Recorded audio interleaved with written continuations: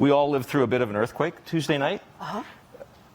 A couple of days after the election, you gave a speech to the AFL-CIO, and you said this: if we learn nothing else from the past 2 years of electioneering, we should hear the message loud and clear that the American people want Washington to change. It was clear in the Democratic primaries, it was clear in the Republican primaries, it was clear in the campaign, and it was clear on election day. So how do Democrats show that they heard that message? What do they do now? Well, I think the interesting question is going to be both halves. How are the Democrats going to show it, and how is Donald Trump going to show that he actually heard that message? That's the message he ran on. But right now, what Donald Trump is doing is he's putting together a transition team that is full of lobbyists and the kind of people that he actually ran against. And so part of what we have to assess here is, what is the mandate coming out? And I think that the clearest point that comes out of this election is that the American people do not want Wall Street to run their government. They do not want corporate executives to be the ones who are calling the shots in Washington. And you can shake your head no to that, but I think that is exactly what this election shows. It shows, look at the polling from this, that about 3/4 of all Americans do believe that the game is rigged. And that's Democrats, Republicans, and independents. And they believe it is rigged in favor of the people in this room, and that it is rigged against them and their families and their children. And they want to see change. They want to see that connection between Wall Street and giant corporations and our government broken. They want that not to happen anymore. They want a government that runs for the people. That's what I think this election is about. So how do the two parties show that? If that's your lesson, what do Democrats do? What does the Trump transition/administration do that it's not doing now, in your estimation? Well, it doesn't start by hiring a bunch of lobbyists to run the transition. It doesn't start by floating names of people who've run giant hedge funds to be able, or been part of that, to be able to run the Treasury, or people who come from industry to be able to run the regulatory agencies. You know, the American people understand about the revolving door, and I think they're really sick of it. The notion that someone is in industry and makes a bunch of money and then goes into government for a few years regulating the very same industry and then spins right back into industry again. But you know, elections have consequences, as they say. Do. He won. He gets to do. He gets to pick his administration. Right? He won, but I'm just making the point. You better take a look at what he won on. He did not win on a Mitch McConnell, Paul Ryan, business as usual, what can we do to help the giant corporations in America? Look, I know that the K Street lobbyists are absolutely out there salivating. You know, they're dancing in the streets. They say, this is our big chance. We're going to get to slash regulations. Man, look for a tax cut for those at the top. That's what the K Street lobbyists may be thinking this morning, but that is not what the people who elected Donald Trump are thinking this morning. If you look at the populist part of the Trump message, one would think, and I think you've talked about this, there are things where, frankly, Bernie Sanders and Donald Trump started together and proceeded together. Trade, Wall Street, as you said, college costs, child care, infrastructure spending.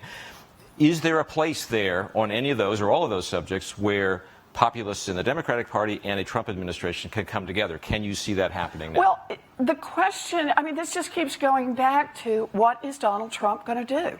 He's now, it's been a week, and he's now given us at least the first tangible sign of his vision of how to run a Trump presidency. And a big part of that are lobbyists and Washington insiders. And the other part of it is to bring someone who is a white supremacist into the White House to be a senior strategist. And I think this is going to be an important part of the mix going forward. You know, what Donald Trump is doing right now is that there was a lot, let's face it, there was a lot during the election of a toxic stew of bigotry and attacks on Americans all across this country. and that Donald Trump started his campaign with an attack on Mexican Americans, and then he rode the escalator down. And he did attacks on women, he did attacks on African Americans, he did attacks on Muslims, he did attacks on immigrants, he did attacks on people with disabilities. I mean, it was kind of everybody who didn't look like the people who showed up at his rallies. And there were a lot of people who were attracted to that, but there were a lot of people who were not attracted to that and yet voted for Donald Trump. There are a lot of people who didn't like that part of what the campaign was about, but they said, we want somebody who's going to shake it up. But one of the first things Donald Trump has now done is he has brought Steve Bannon in as a senior strategist. This is a man who has white supremacist ties. I mean, that's what he does. This is a man who told his ex-wife that he didn't want his children going to school with Jews. This is a man who ran a news organization that ran headlines like, would you rather your children have feminism or cancer? This is a man who says, by his very presence, that this is a White House that will embrace bigotry. And, you know, here I am with the business leaders of America, and I just want to underline something that every one of you know.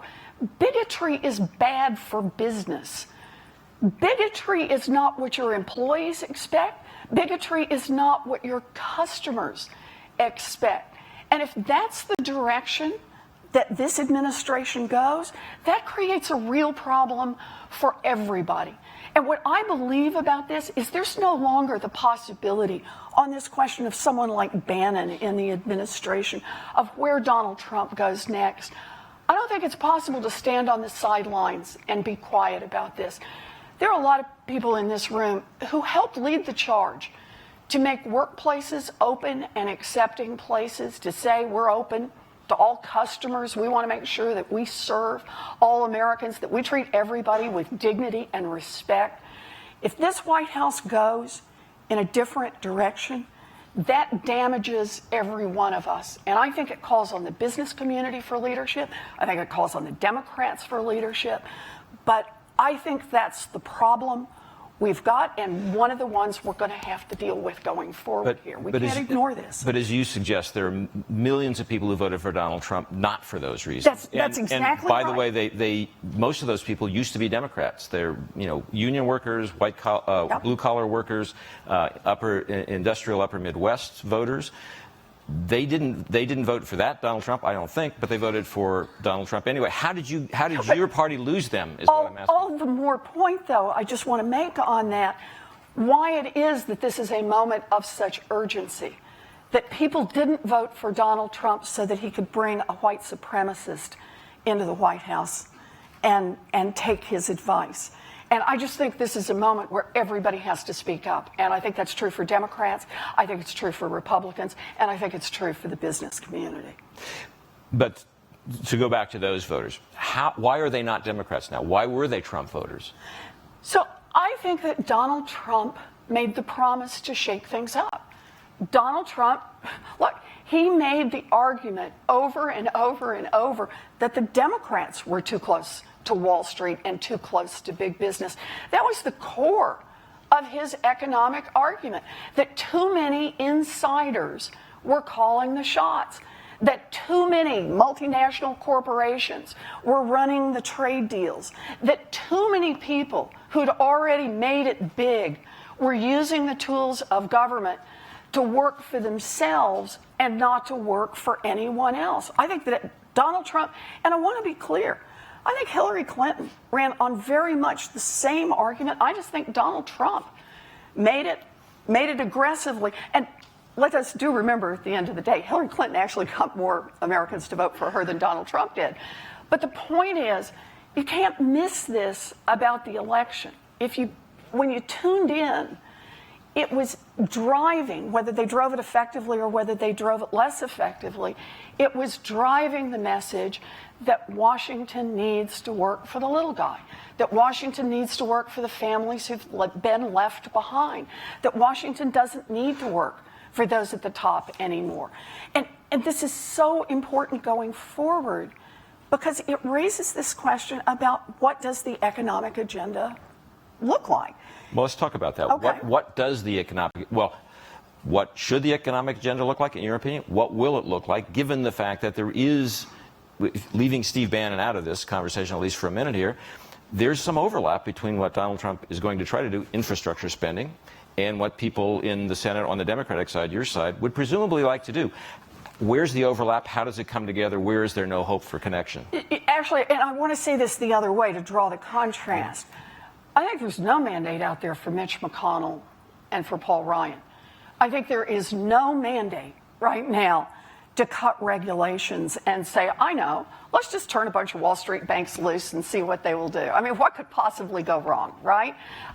Let's not remember what happened in 2008 and the run-up to 2008. I think the appetite for that among the American people is zero. And I think that's exactly what was demonstrated in this election. If Mitch McConnell were here, he would say, we won control of the Senate, and we kept control of the House. I would say to Mitch McConnell, Hillary Clinton got more votes than Donald Trump did. We took seats in the Senate, and we took seats in the House. He has fewer senators on the Republican side than he had before this election, and Paul Ryan has fewer House members on the Republican side than he did before this election. What I'm saying is whether people were voting for Hillary Clinton or for most of them, whether they were voting for Donald Trump, they weren't voting for Mitch McConnell and Paul Ryan's deregulatory mix, let guys do whatever they want to do, let giant corporations do whatever they want to do. So let's talk about that regulatory agenda. Two big issues which you have been identified with very strongly. One is the Dodd-Frank legislation, and we actually have an audience question I was going to ask about this. There is a question now of what the future of Dodd-Frank is, and I think we have an audience question if it can be put up. Maybe not? Yes? No? All right, well, we'll just skip that then. The question is, will there be a run on Dodd-Frank? Will it succeed? Here's the question. Okay. So this is what I want people in the audience, and then I want you to answer this. Okay. What happens to Dodd-Frank now? Is there some modification of it? Does it get eliminated, or does it live on unchanged? I'm curious what the audience thinks. I'm more curious at the moment what you think, because you'll actually have something to say about it. So they're voting before I talk? Right now. Yep. Okay. I don't think this will take long. I don't know. I think there's some consultation going on. It's rigged. The system is clearly rigged. I don't think we can agree That's on right. that. You guys think you're punching those buttons, and it won't. It's this. There we go. Some modification. Some modification. And 1 in 10 complete elimination, and nobody thinks it it's not lives gonna on change at unchanged. all. All right? Okay. Your answer. So, look, you want what I hope happens, or I do want you both. want What you hope happens, and what you think will happen. Okay. What I hope happens is that we have some modification. I think that Dodd-Frank was not tough enough. And Donald Trump, let's just be clear here. Donald Trump said... I think they had a different kind of modification in mind, but but this is the risk you run when you open something up to modify it. Where does it go? Donald Trump said that he supported Glass-Steagall. We have a really good bipartisan Glass-Steagall bill. John McCain and I are co-sponsors on this. Angus King, an independent. Maria Cantwell from Washington State. It's a well thought out Glass-Steagall that says we're going to separate banking. It makes it safer. We're going to make boring banking more boring. And if you want to take risks, you can't get access to the guaranteed accounts that we have over in the traditional banking system. Going to separate those two. That's good for small banks. It's good for small businesses. It's good for the economy overall. Makes us safer. It also has in it, by the way, I should add, it has a lot about the better regulation of the non-bank financial institutions. So it's really about fighting the next war, where many of the risks lie with non-bank financial institutions. So all I can say is the guy that was just elected president of the United States gave that one a 2 thumbs up. In fact, as I recall, you might all want to remember, it's in the Republican platform that this is an official party position to adopt Dodd-Frank. So if you want to ask me about modification, that's the place I'd start with modification. What's your expectation? The expectation is that there's going to be a lot of back and forth about this. You know, a lot of Republicans have dug in on the notion that we need to roll it all back. Or eviscerate whole parts of it, that you raise dollar limits enough that there is no effective regulation. You keep it on the books, but it's not there. I think that's going to be a battle that's going to be fought hard, and I think it's going to be one where it will be interesting to see where Donald Trump goes, but it will also be one, you think you can't get American people engaged in these economic issues? I think you can. I think the American people get this. I think the fact that I have people stop me in the grocery store to say, go Glass-Steagall, sounds a little crazy, but it's true. People get some of these basic economic points and they understand them. They understand them as markers for the underlying question about who are you running this system for? Is this system here just to help a handful of giant banks who rolled over American families in the early 2000s, who traded in these terrible mortgage products that ultimately blew up our economy, that cost millions of people their homes, that cost millions of people their jobs, that cost millions of people their savings? The American people have not forgotten this. You know, I think one of the big questions still for the American people is, how could it be that nobody ever went to jail over that? That we had a savings and loan crisis, and hundreds of people ended up going to jail over the savings and loan crisis. The idea was you just couldn't have been running the bank where the book showed this on one day and they showed this on the next day without something being wrong in what you did. And that's ultimately lots and lots of folks one of the things got investigated. But the reason I want to say this, no, I'm sorry, and then I'll quit, is when we open up Dodd-Frank, we're not going to open up Dodd-Frank saying, oh, it's 2017, a new day. Nothing has ever happened before. You know, there's flowers and birds are singing. We're going to open it up with the memory of what happened in 2008 and how a handful of people took down this economy. And then the part we're going to remember is what happened in the next 8 years as they got bailed out by the American taxpayers, got richer than ever, and left American families behind. And that will be the context for reopening Dodd-Frank. But one of the things that did happen in the aftermath of that was the creation of the Consumer Financial Protection Bureau. You had as much to do with that as anybody. Mm-hmm. Does it survive now, or is it going to die in the next 6 months? So again, who do you think you're fighting for out there? Let's be clear about the Consumer Financial Protection Bureau. It has forced the largest financial institutions in this country to return $11 billion directly to people they cheated. It has now handled more than 1 million complaints. It's out there doing its job. It's leveling the playing field. It's transparent. You can look up which banks get lots of complaints against them and which banks don't. Where the problems are, if they're on student loans or if problems are on credit cards or if they're on payday loans. The Consumer Financial Protection Bureau is doing the people's business, and it has its own fan club out there. It's got the people it's working for. You try to take the legs out from underneath the Consumer Financial Protection Bureau. I think that's not only a problem for Donald Trump and for the Republicans. I think this is something that the American people will say enough. We didn't elect a government once again to try to increase the profits by 0.1% for giant companies so that they can turn around and step on us. The CFPB shows that government can work for the people because it is working for the people. Let's jump into some questions, and I'm going to start with one that was sent in that just gets back to the question of what next for the Republican Party. This one asks, we need to come together.